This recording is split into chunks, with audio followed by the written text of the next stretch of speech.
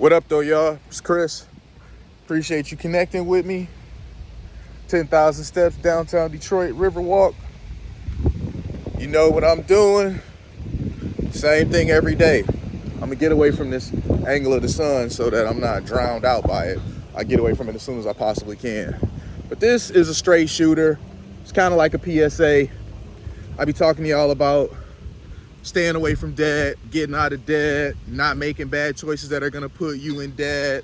And this pours into that.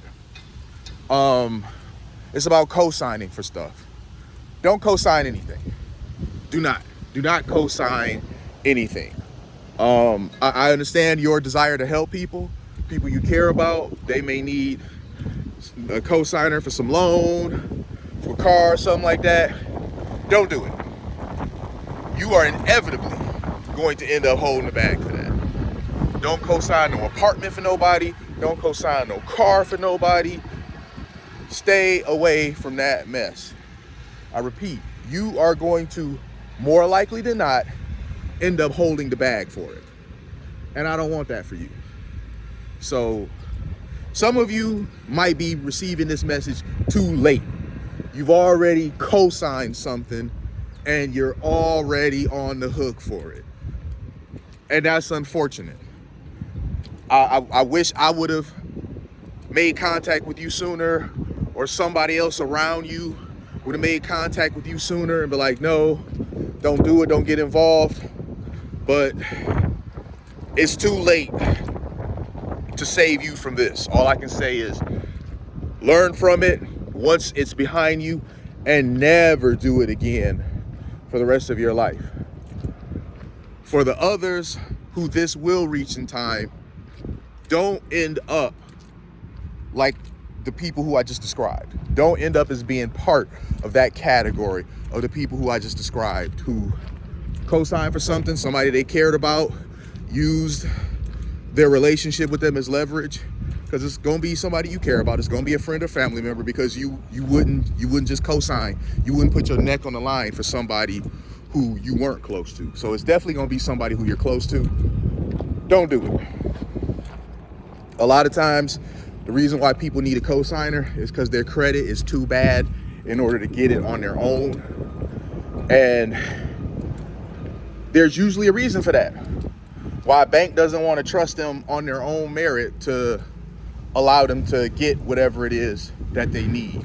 There's usually a reason for that. Their credit might be shaky. Their payment history might be shaky.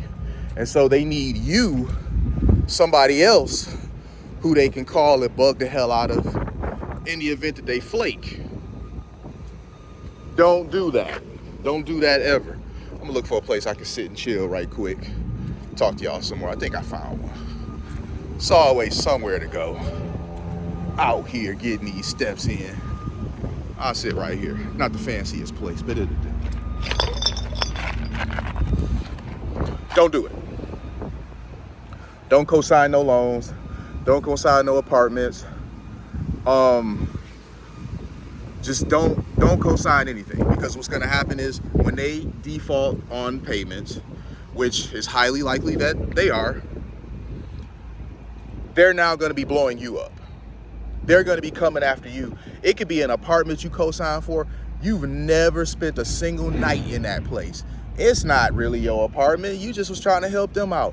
They going to be coming after you hardcore as if you were the one who signed on the dotted line for that place. I mean, you did sign on the dotted line, but you didn't think that you were going to be falling in league just like them.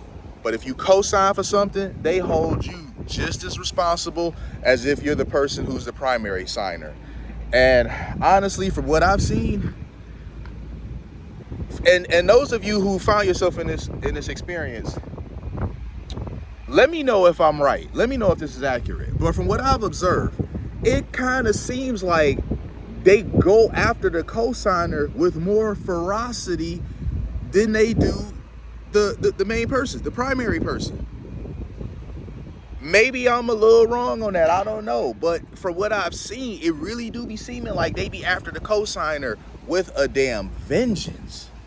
So don't do that to yourself, man. Leave yourself protected.